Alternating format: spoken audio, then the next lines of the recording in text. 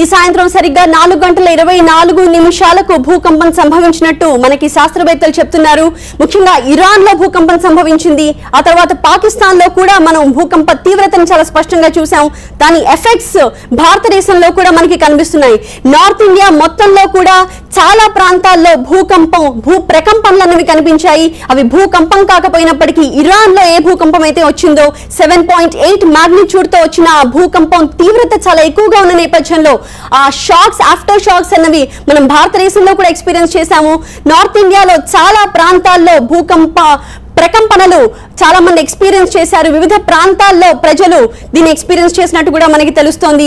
గుర్గావ్ గానీ, నోయిడా గానీ, చండీగఢ్ గానీ, ఢిల్లీ దేశ రాజధాని ఢిల్లీలో కూడా ప్రకంపనలు వచ్చాయి. అక్కడ ప్రజలు రోడ్లపైకి వచ్చి వాళ్ళు ఎక్స్పీరియన్స్ చేసింది కూడా TV9 తో మాట్లాడుతూ చెప్పారు. ఇక జమ్మూ అండ్ కాశ్మీర్, రాజస్థాన్, హర్యానా ఈ ప్రాంతాల్లో కూడా మొత్తం ఉత్తర భారతదేశం మొత్తంలో కూడా ఈ ఎఫెక్ట్స్ చాలా స్పష్టంగా కనిపిస్తున్నాయి అంటూ NGRI శాస్త్రవేత్తలు చెప్తున్నారు.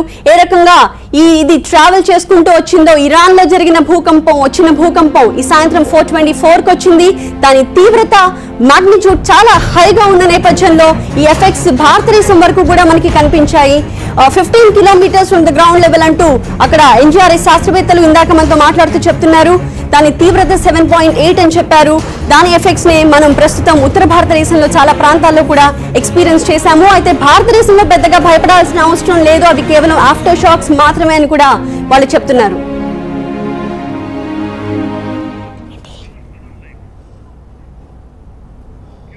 గోయింగ్ బ్యాక్ టు శ్రవణ్, మీ దగ్గర ఇప్పుడు ఎటువంటి అప్డేట్స్ ఉన్నాయి? సీస్మాలజిస్టులు ఇంకా ఏం చెప్తున్నారు ఈ భూకంపం గురించి? దీప్తి, ఆఫ్టర్ షాక్స్ సార్లు కూడా వచ్చింది. మొదటి భూకంపానికి స్పందనగా ఆఫ్టర్ షేక్స్ కూడా వచ్చాయి. సో 2 సార్లు వచ్చాయి. మళ్ళీ ఏమైనా వస్తుందా? సాధారణంగా ఒకసారి ఇంత మ్యాగ్నిట్యూడ్ లో వచ్చినప్పుడు మళ్ళీ వస్తూ ఉంటాయి.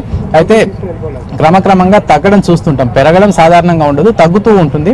సో 7.8 తర్వాత మళ్ళీ 6.8 గా నమోదైంది. మళ్ళీ వచ్చే అవకాశం ఉంది. అయితే మొదటిది చాలా ఎక్కువగా ప్రభావం చూపింది. ఇండియాలో కూడా దానికి సంబంధించిన ఆ ప్రభావము, ఆ భయము ప్రజల్లో కనిపించింది. సాధారణంగా ఇంత భారీగా భూకంపం వచ్చినప్పుడు లిఫ్ట్లను యూజ్ చేయడం అవాయిడ్ చేయాలి. వస్తువులు ఏవైనా ఉంటే వాటికి దూరంగా ఉండే ప్రయత్నం చేయాలి. వాటి వల్ల ఒకసారిగా ఒకవేళ పడిపోయి నష్టం కలిగించే అవకాశం ఉంది. పిల్లలను వస్తువులకు వాటికి దూరంగా ఉంచడం ముఖ్యంగా జాగ్రత్త తీసుకోవాల్సిన అవసరం ఉంటుంది. సో ఇక్కడ ఏపీ భవన్లో ఇంకా కొంతమంది ఈ ఓపెన్ ఏరియాలోనే ఉన్నారు. వాళ్ళందరూ కూడా ఈ భూకంపాన్ని ఎక్స్పీరియన్స్ చేయడం వాళ్ళకు ఒక ఎక్స్పీరియన్స్ గా ఉంది, మరొక రకంగా చెప్పాలంటే భయంగా కూడా ఉంది. సో ఏమనిపించింది సార్? నా పేరు కృష్ణారెడ్డి సార్. నేను 7th floor లో ఉన్నాను. చూడంగానే నాకు ఏదో అంటే బెడ్ ఊగుతుందా అన్నట్టు నేను మళ్ళీ కిందికి దిగాను సార్ బెడ్ నుండి. ఈయన కానీ కింద కూడా ఊగుతూనే ఉంది. బాత్రూంలో పోయాను, బాత్రూంలో ఊగుతుంది. టీవీ బంద్ చేశాను, టీవీ కూడా ఊగుతూనే ఉంది. భయం వేసింది కానీ ఏదో ఇది అన్నట్టు ఇది చేశాను సార్. సో అంటే ఇక్కడ ఉండడం మీకు ఇబ్బందిగా అనిపిస్తుంది? ఇబ్బంది ఏం లేదు సార్, బాగానే ఉంది కానీ ఏదో షేక్ అయిపోయింది సార్. మొత్తం బిల్డింగ్ అంతా ఇట్లా ఊగుతున్నట్టు అనిపించేది సార్. రైట్. సో అంటే ఫైనల్ గా మీరు ఈ అంటే ఎక్కడి నుంచి వచ్చారు, మళ్ళీ వెళ్ళిపోతున్నారా? హైదరాబాద్ నుంచి వచ్చాము. ఆల్రెడీ మాకు 7:30 ఫ్లైట్ ఉంది, వెళ్ళిపోదాం మేము రెడీ అవుతున్నాం. ఈ సంఘటన నేనైతే ఇది భూకంపంగా నేను గుర్తించాను సార్. సో మొత్తం మీద ఇక్కడ మల్టీ స్టోరీ అంటే గ్రౌండ్ ఫ్లోర్ లో ఉన్న వాళ్ళకు పెద్దగా ప్రభావం కనిపించినప్పటికీ 8-9 ఫ్లోర్స్ లో పైకి వెళ్లే కొద్దీ వాళ్ళలో భయం కలిగించే విధంగా షేకింగ్ చాలా ఎక్కువగా కనిపించింది. ఫ్రిడ్జెస్లలో వాళ్ళకి సంబంధించిన ఇతర మంచాలు కానీ అన్ని కదలడం బాగా ఎక్కువగా షేకీగా కదలడం వల్ల వాళ్ళలో టెన్షన్ చోటు చేసుకుంది.